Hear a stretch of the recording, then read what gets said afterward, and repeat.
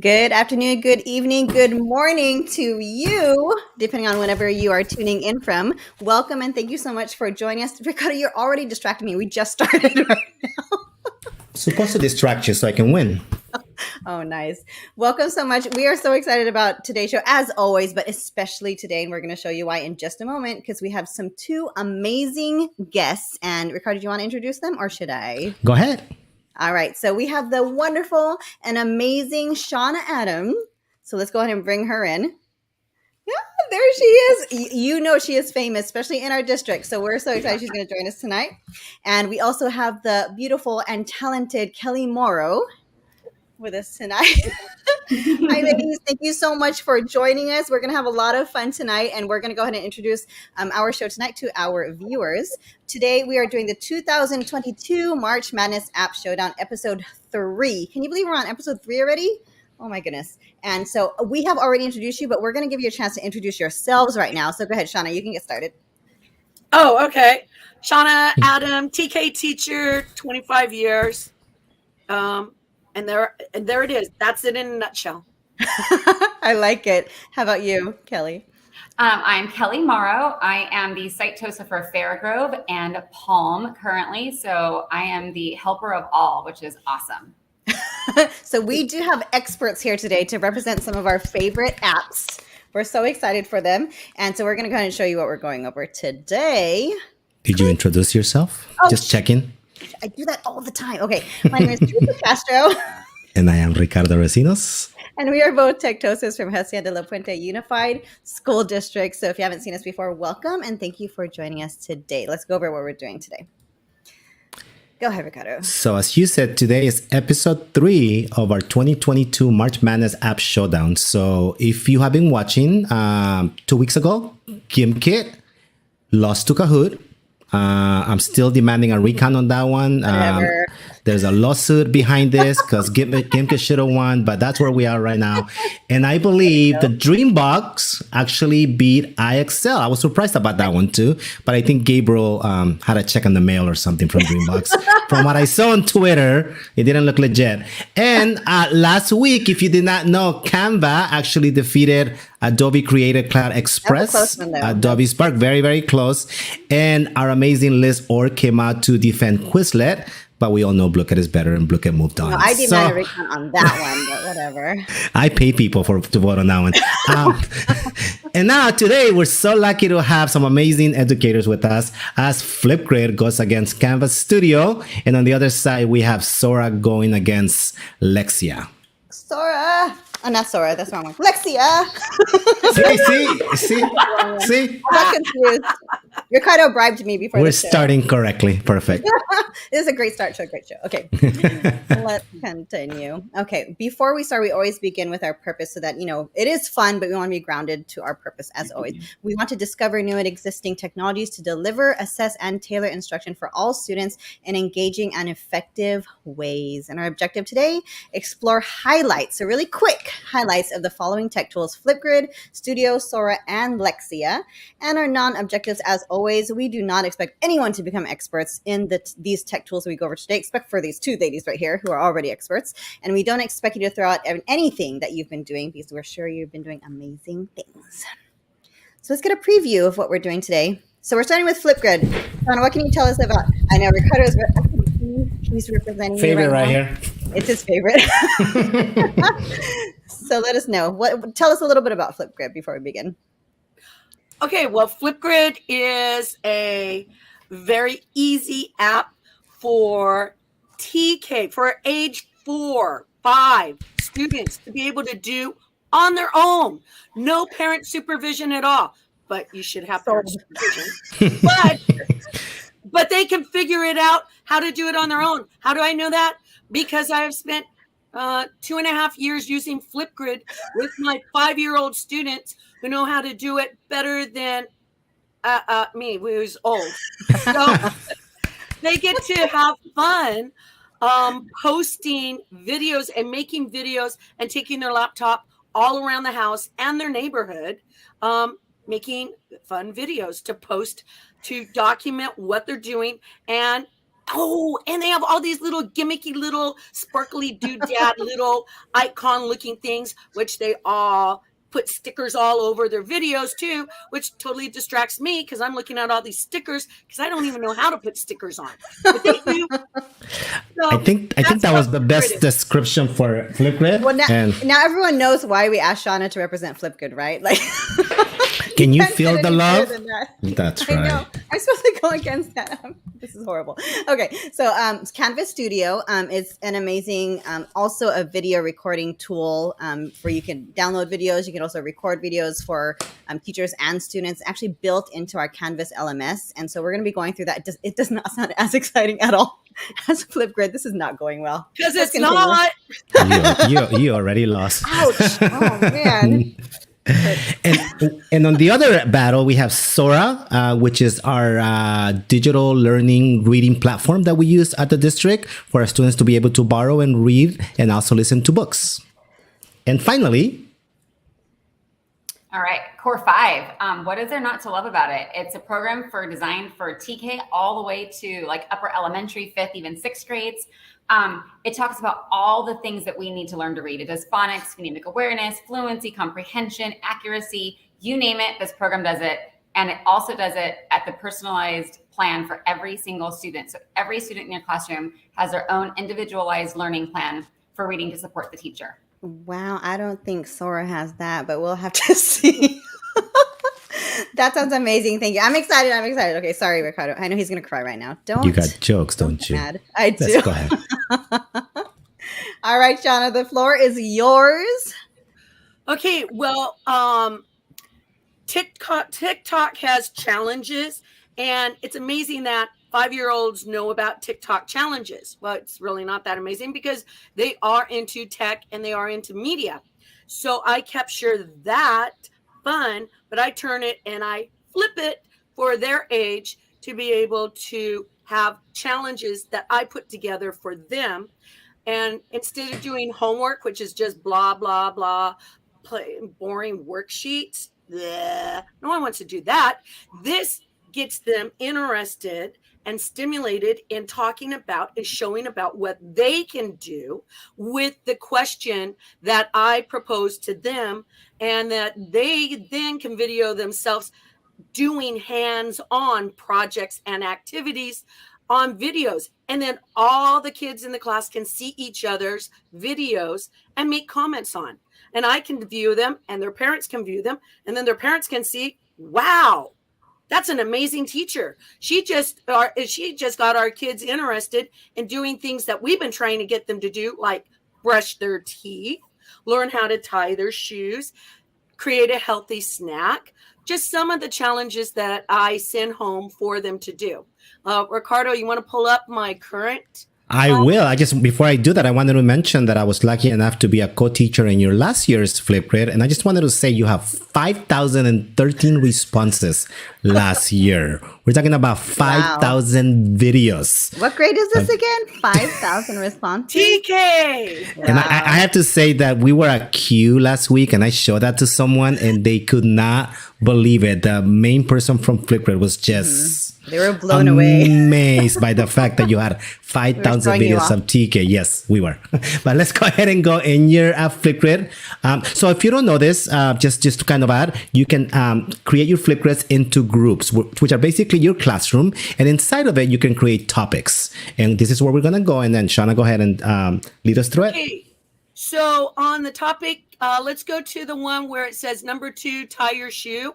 And you can watch a student they're practicing. They have 3 weeks in order to practice each week a little bit at a time, because that's how we eat an elephant. We don't eat it all in one setting. We take little bites off of it. And so they're learning how to tie their shoes in a 3-week period of time practicing. And so the students are posting themselves in video number 2 because they've already had a week to practice. And let's go check out Lucas and how he is showing how he is tying his shoe. Sure. Let me go ahead and go there. And then check out the shoe. He's learning to tie the shoelaces on. My son is gonna maybe interrupt your sound, so let me just finish the video and I'll take it back because I know you're gonna get feedback. Okay, just really quick, just so you know. It's a beautiful day to be with you. It's a beautiful day to be. And so see, it's really quick. And they can add music. They can add doodad thingies on their own. And let's see. Let's go up to Aiden, the one above, and we'll check out what he's doing. Yeah, let me do the sound again, just quick. Oh, and I always set it for 1 minute. Hi, I'm going to show you how I'm going to tie my shoes again.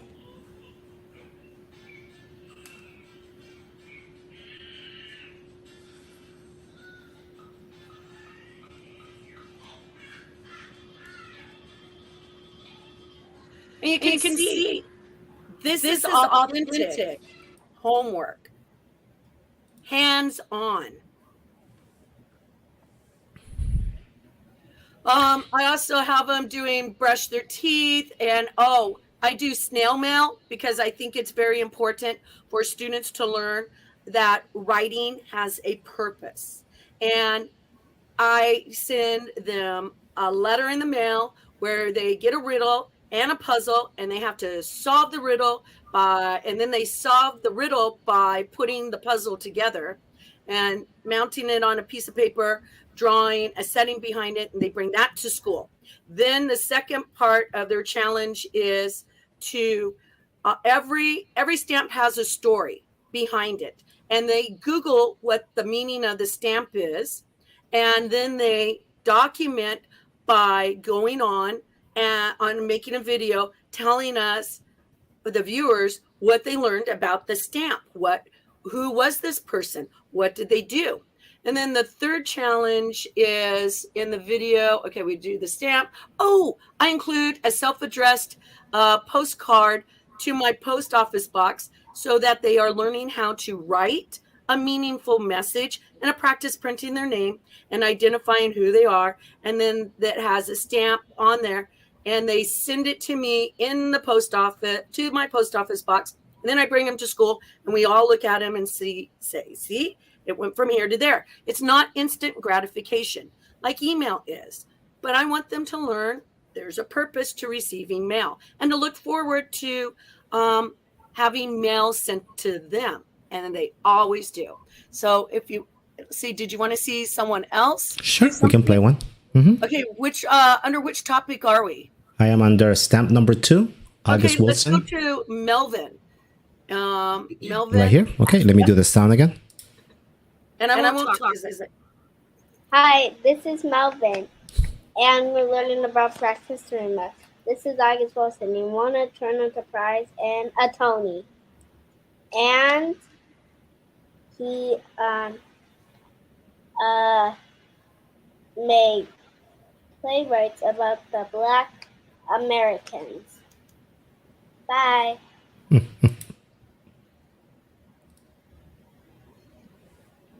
Pretty good information. So it has this kid stimulated to learn something on their own without being told by a teacher going blah, blah, blah, blah, blah. So they're able to integrate technology and provide the information that they receive, Googling things or making their videos and then sending it back out into the world. So they are learning things that I never learned how to do this in the 70s. I'm still learning how to do this. Anyway, what else did you have to know? Does that mean my time's up? No, it does not. It does not. I think one of the greatest features that Flipgrid does have, and I think you mentioned it, Shawna, it's that it allows our kids. Now, they all love social media and they all love that type of interaction, right? I just want to make sure that people get to see it, what it looks like from the student's point of view, just really quick. So if I was a student, I came in here and I was trying to record something, I'm just going to go in there and I wanted to do a response in here.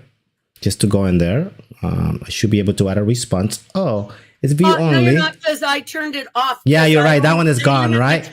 But yeah, you're right. Like stamp.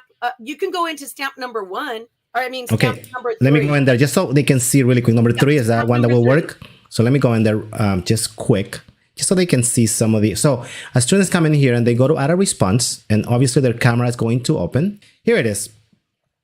So notice that they have the ability to add effects. I know Shawna was talking about, they can add text if they want to in here, so they can come and type something in here if they wanted to. Whatever it might be, right? So they could do that if they wanted to. They have the ability to maybe use the pen so they can write as they're talking. Yeah. They have the ability to add a board. So for the other ones, maybe they're doing a math problem or whatever it might be, but they can have a board next to them as they're talking, which is kind of great to have. They have the ability to add stickers, as you mentioned. Right? If I wanted to do that, right? They can do that. They have the ability to add GIFs, a photo if they wanted to, frames in there. And the backdrops are incredible too. If you wanted to add a backdrop in here, we could do that. I'll show you. So it's going to come in right now, I think, if I add a backdrop. Just give it a second.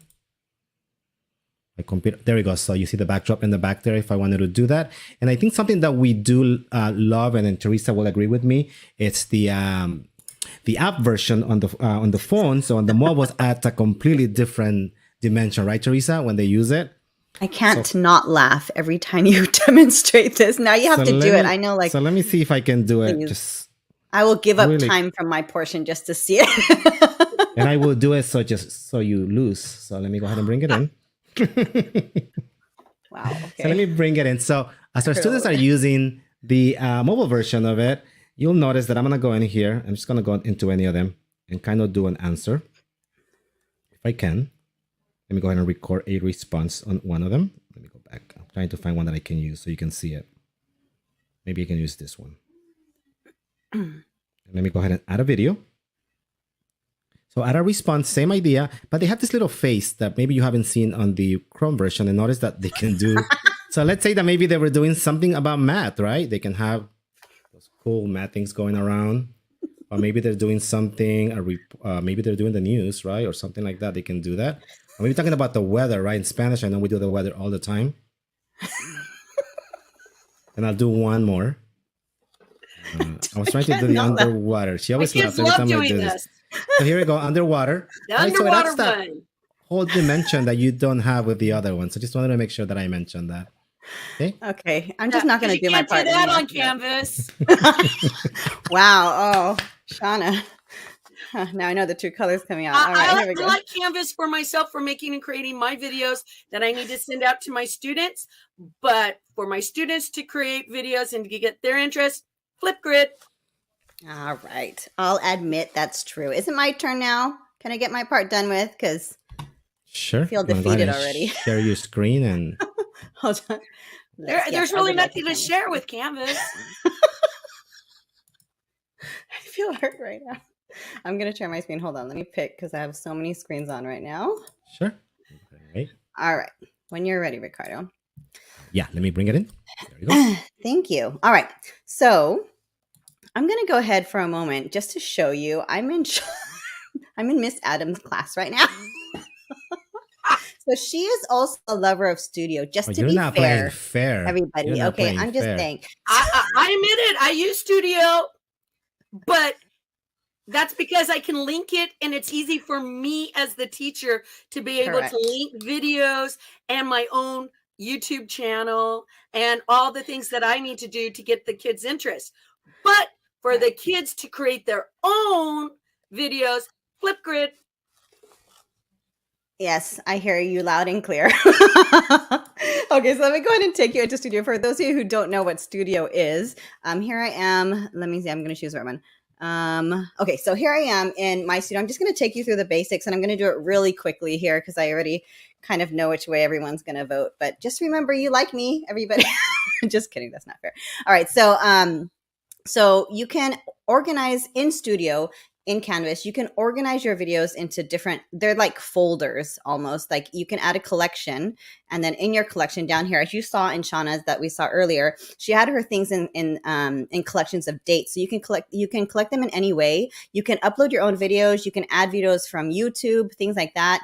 And the things that we love about adding from, let me just go into one of them. I have no idea. I'm just gonna, here, why not? Click. Oh no.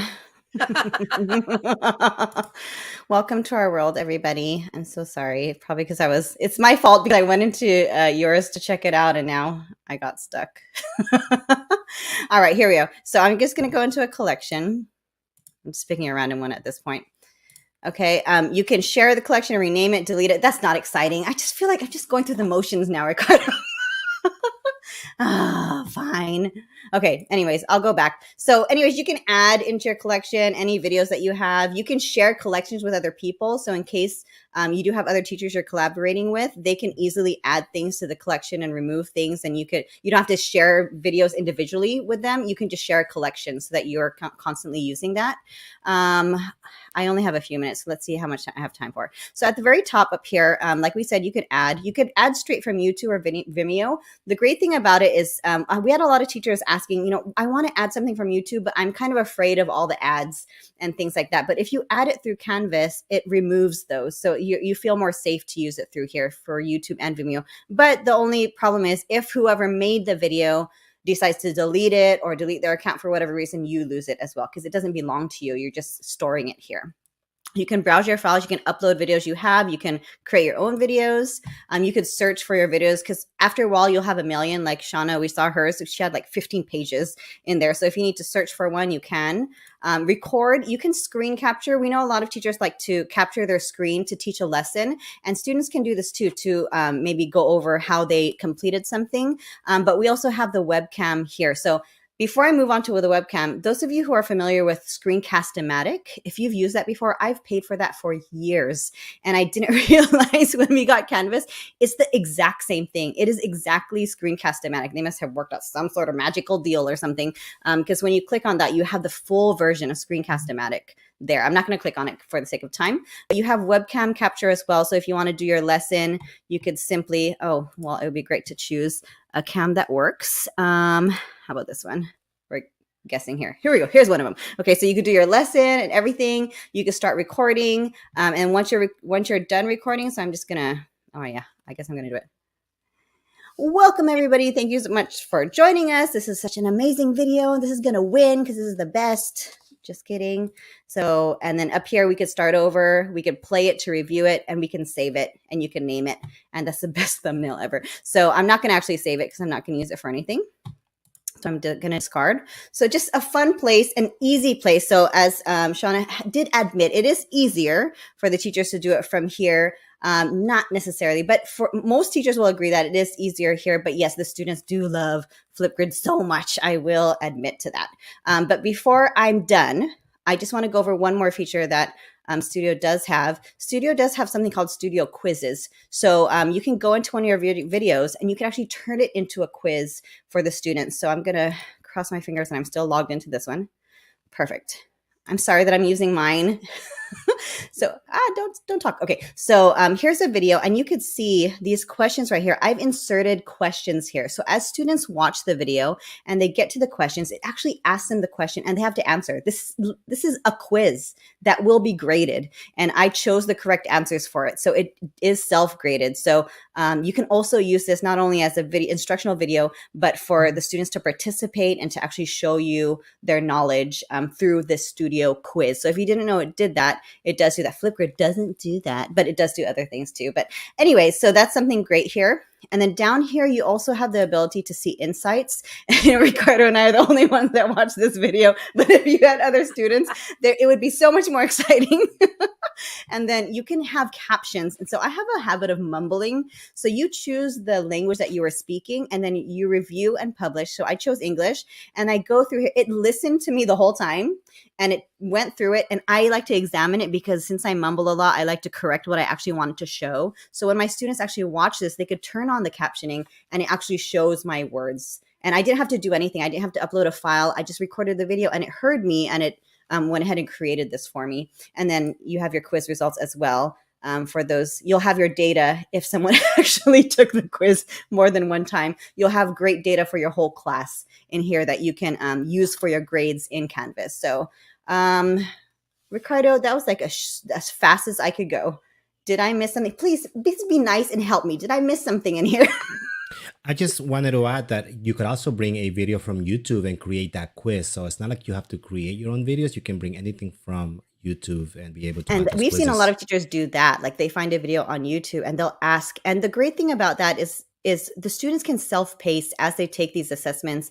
They could watch the video. They can go back and review. They can kind of see where the questions are. Or if you set it where you don't want them to see where it is because you're afraid they're just going to fast forward to those parts, you can set it where they don't see that as well. So it's a great way for students to work at their own pace, to kind of go back if they need to, and to show their knowledge through the video. You know, so it's great independent work and a great way for you to get feedback of how much they know, whatever skill you're going over. Shawna, I know you are also an expert in studio. You could have done both. Is there anything you wanted to is there anything you wanted to add about video that I didn't mention? Don't do it. No. Don't do it. She's trying to be I'm not. I could talk a long time on book, and Ricardo knows. So nope. Nope. This is not a competition between us. It's about the best app. Come on. I do love the caption. I do love the captions feature on Studio. I have to say that. But if I had to say something about Flipgrid, it's the fact that you do have immersive reader. We chose not to touch immersive reader, but you do have immersive reader in Flipgrid too. Just saying.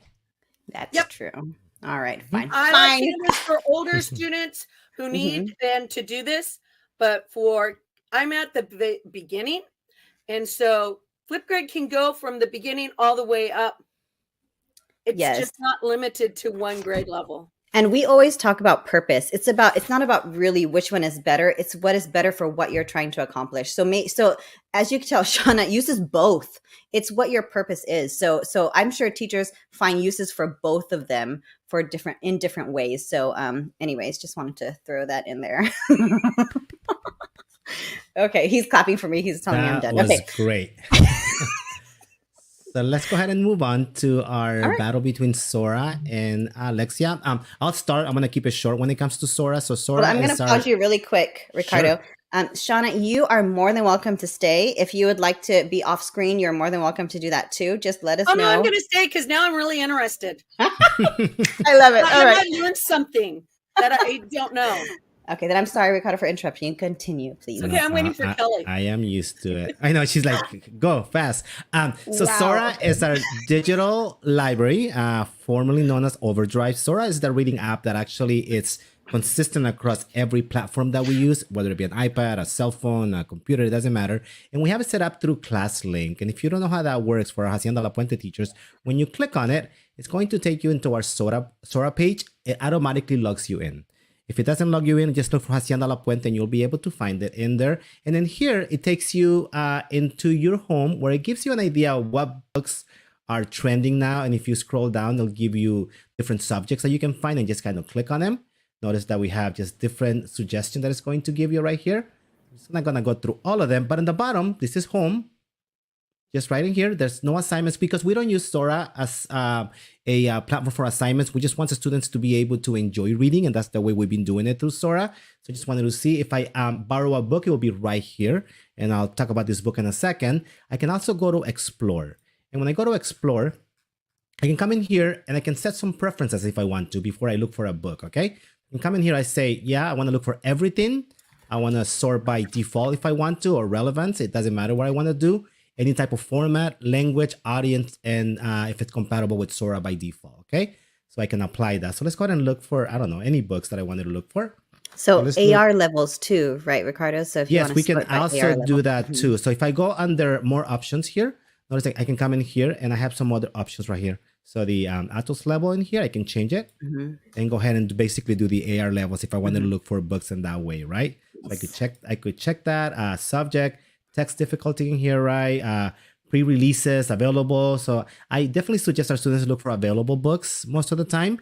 Otherwise, they might find a book that is that is taken, but they can put it on hold anyways, right? So let me just go and look for a book. Dork Diaries, I think. I'm gonna look for those. My daughter loves those, so let's go and look for those. Mine too. And notice that we're going to be able to find the books that are available, so I can borrow that one if I want to. And the students are able to borrow for 2 weeks. We tell the kids, if you finish that book quick, return it back because there might be someone waiting for that book, right? Okay, so again, you can borrow, right? And if it's not available, you can place on hold over here. And our district has 3 libraries. One that we share with 2 other districts, a library that is specific to Hacienda La Puente Unified, and each of our sites has their own library that they're building on their own, that only the students from that site can actually borrow books. What I love about the books, and it's probably my favorite thing about them, is there's a lot of audiobooks that actually use the voices of the characters that are actually part of the movie. For instance, this particular Star Wars or Disney ones. I just want to show you this really, really quick, okay? I'm going to go in here. I'm going to open the book, and let me show you. I'm just going to play maybe a page or two, okay? Let me go back on it. I can, and let me just play it really quick. Sound. We'll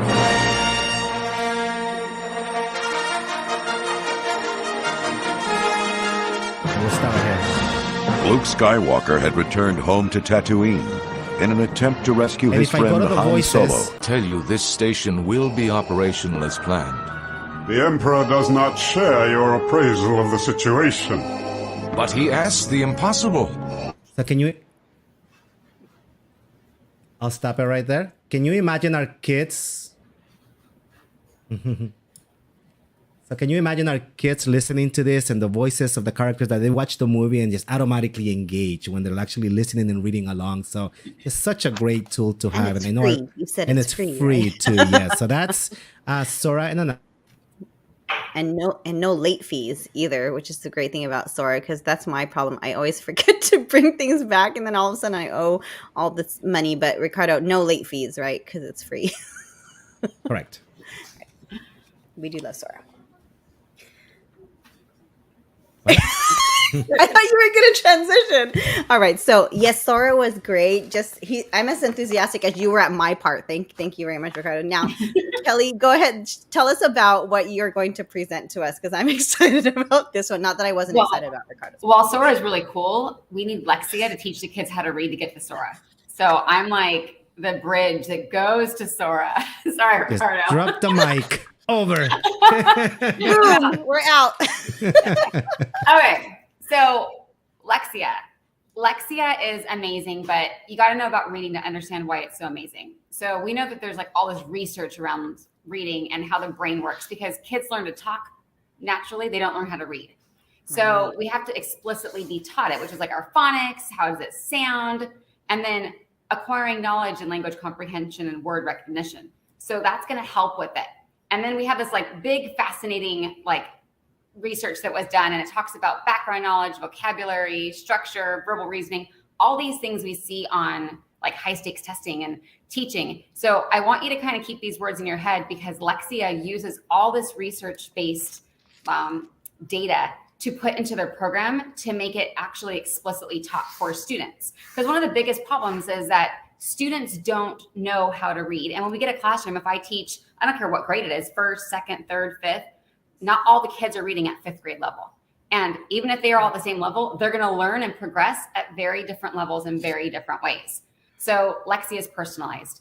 I will admit, I was a skeptic when Lexia first came to my school site, because I was like, no, it's replacing the teacher. Oh my gosh, what are we going to do? And then I kind of learned to like it. So I actually like it a lot now, because what they did was they actually combined it, and it builds this artificial intelligence, which we know has great effect size, with human intelligence. So Lexia is not designed to be only a computer-based program, which most people don't know. It's designed to be the computer and the teacher simultaneously.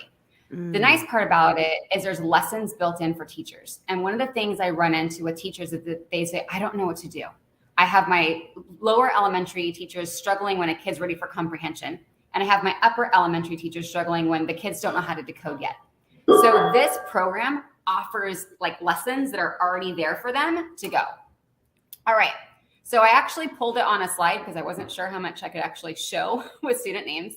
So when you're at a site level, you can oversee how everybody is doing on their Lexia. So you can see usage, progress by usage, predictors, and certificates. So it's really neat to see what this looks like. So let's talk usage.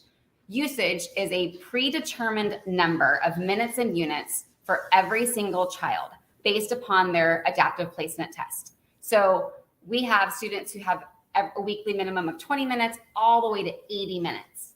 And what we know about it is Lexia's research actually shows that their predictability, if kids are at benchmark in Lexia by the end of the school year, there's like, I think 85 to 90% of those students score proficient on high stakes testing. So we want to pay attention to this. We also know that if they meet the usage, the program's designed to get them to benchmark by the end of the year. So this tells us I can run data however I want. So I can reward kids. I can do the last 4 weeks, this entire year. I can custom set it as a teacher as well to see how my students are doing. This is the next one. It is awesome. This is where we look at progress. So we look at our students who are, I actually took a screenshot of not meeting usage instead of the meeting usage. But what it shows is where students placed in and how far they're coming for every single grade level. So I can see the percentage of students that are still below grade level, the percentage that are in grade level, and who's above. So as a teacher, that's really powerful to me to know that you started the year below and all of a sudden you're in grade level as far as Lexia is concerned. So teacher views. Adding something else to somebody's plate is way overwhelming. So Lexia is pretty simple. They have this plan. So this is a teacher's view. And what they see here is every single student and what grade level they're at. And honestly, by looking at what we're looking at, like you couldn't even tell me what grade level it is because we have kids from kinder to 4th grade on this screen right here. This is actually a 4th grade classroom. So you can see where all of our readers are. And I can see how many minutes they take. So right over here, I can see their target minutes for the week. I can see how many minutes they've already done this week and how much more time is needed. And then I can monitor the amount of units they're getting every week. And then on the side, it's going to tell me, are they going to be grade level by the end of the year or are they not? Across the top, I also can see who needs help.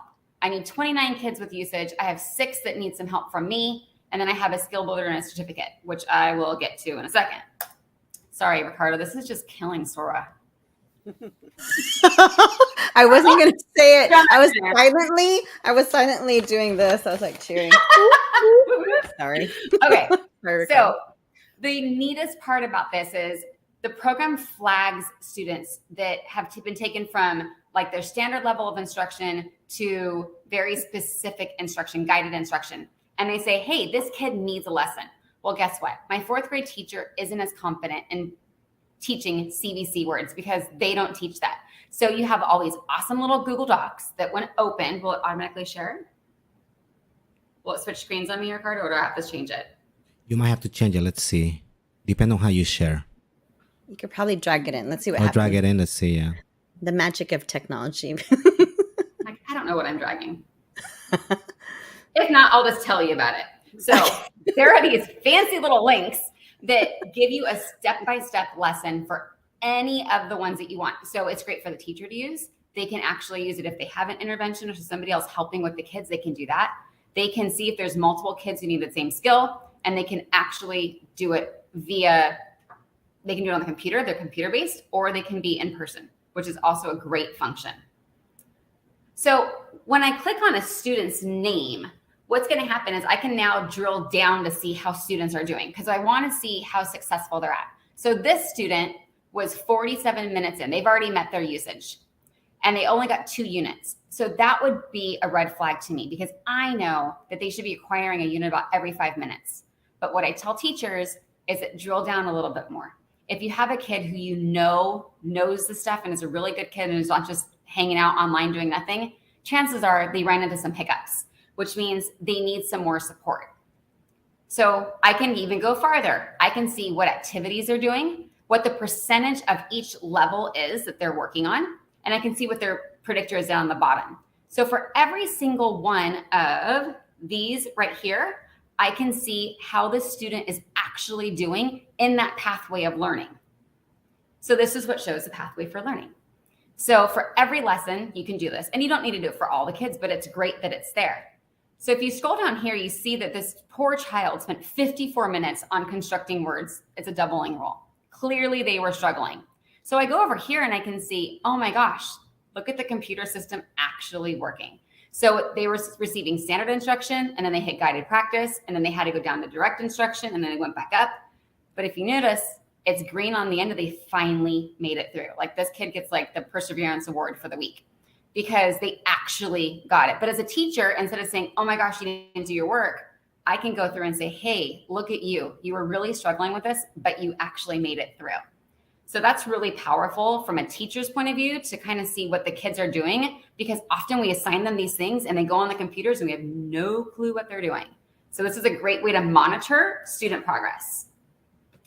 Across the top, there are also skill builders. So every time a student completes a lesson, they offer skill builders. Skill builders are practice. It was what commits the skills to memory. It goes into that long-term memory box. So while students are completing a new level, simultaneously, they're working on a skill builder from the level they just finished. And that can be assigned on paper, or you can copy it to your Google Drive and send it to the kids that way.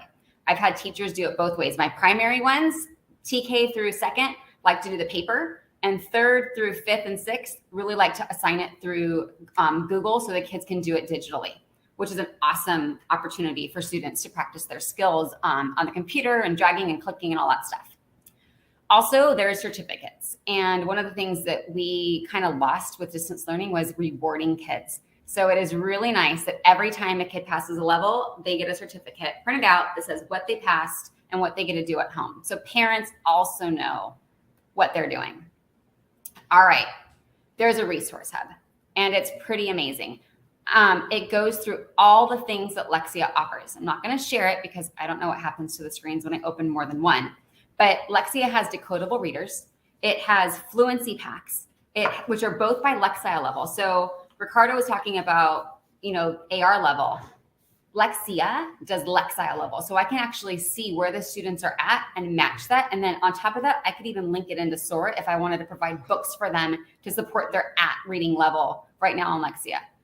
They have close reads, which mirror our SBAC testing. And they have them for upper elementary, working on critical reading and analysis. And then there's like these teacher guides that tell you what text-dependent questions to do, what peer discussions to do. So even last year, we were able to throw kids in breakout rooms on Zoom and have them talk about peer discussions based upon a close read that they did from Lexia, which was pretty amazing.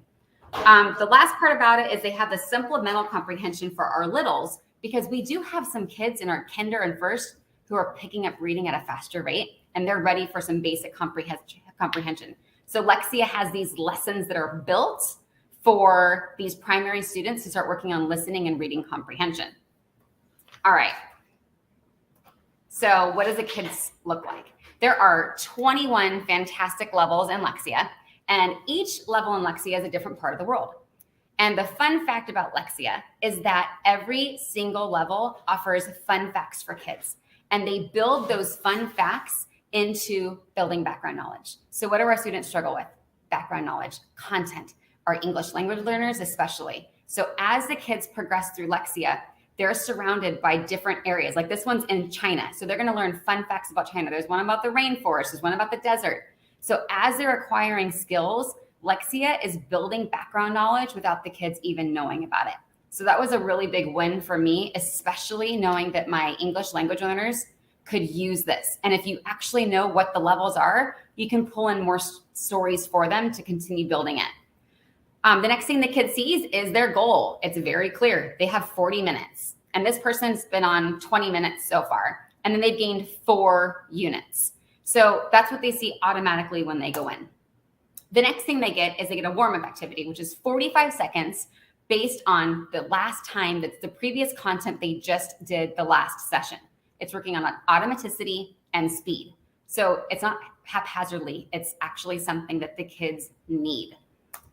And then they head over and they are provided with a very colorful menu of what they want to do. And guess what? It goes back to that research: phonemic awareness, phonics, letter sounds, adjectives, sequencing. This is the lower one, but it pulls all those things and we know about what makes reading work and that explicit instruction, and it does it in a computerized version for the kids. So now we're in a lesson for the kids. And I want to show you this little bar at the bottom. So this bar at the bottom is green right here. And as the student progresses through, it continues to go across the bottom. And when it gets all the way to the end, they get a little piece of pie, which means that they've completed a unit. Now, if that color changes to yellow, it means that they're in guided practice. So as a teacher, if I was to walk around my room and see a kid with yellow, I know that they needed more support. They're not quite getting the skill at the rate the computer program thinks they should. And if it turns red, I now know they're struggling. That means that they are getting very specific instruction, which is explicit to that specific skill. And if they get it wrong 2 times, it now flags me as a teacher that says, hey, hello, they need a lesson from you, which is what I really like about Lexia, is that it still requires the teacher to interact with their students. So this is what it looks like when we drill down. You can see that lovely bar is yellow. There's this little apple in the corner over here, and that's the apple that turns red. And when that apple is red, that's when I get a red note that says, I have a student struggling. Here's the lesson they need from you. Go practice with them. And then they come back to the computer. And guess what? They're successful. So pretty much, it's Lexia for the win. You thought that these ladies were going to come in and be all super sweet and nice about it. I had R2D2 and C3PO. Come on, that's got to count for something. I actually learned how to pronounce words. I had like noise on the bottom for you with like, all I do is win, but my recordings aren't playing. Ricardo, I think you and I need to like retire right now. Just kidding. Everyone, It's not about who presented. It's about the apps. And well, I learned so much too. So thank you so much. Thank you, Kelly. Thank you, Shawna, for putting together those great presentations for us to gain more knowledge on both Flipgrid and Core5 Lexia. So we really appreciate it. Even though we're hurting a little bit, we kind of saw it coming. That's why we asked you to come. We knew you were experts. We knew this was going to happen. So thank you so much. Did you want to say anything else before we conclude our show today? Just find the apps that work best for you and to get your students. They all are individuals and they all have different needs, and they need to find those apps that are going to speak to them. And as teachers, it's up to us to be able to supply what they need and to reinforce and help them discover and explore and use their creativity and imagination. So going back to SORA, I love the sound effects. Because that would be stimulating to me. But as a teacher, I want to know the facts on Lexia. How is the student doing and progressing? Yeah, I like both. I think we need to quote you. I feel like we need to put that down somewhere. That is a great point. Thank you for saying that. Kelly, any parting words? No, thanks for having me. And it's fun. It's fun to learn about different apps, and it's neat to see how we can incorporate technology into our classrooms and how it helps build the student up. Like Shawna was saying, like every kid's at a different level, and it's just nice to have resources that we can easily pull from now to support whatever level of kid we're getting. So I'm a big fan. Thank you so much. It's, we're so thankful to not only have experts on these apps, but people who are so passionate about what we do, and so who are experts in the field of education in general. So thank you so much for being here. I hope you don't mind. We are going to ask you to come again because you guys are amazing. So thank you so much for taking the time. I know it's a lot of time from you. So thank you. And thank you to our viewers for taking the time to watch us as well. We'll be back again next week. But before that, make sure you vote for the best app, your favorite app, and let's see who moves on. And we'll let you know the results next week. See you next week, everybody. Bye. Bye.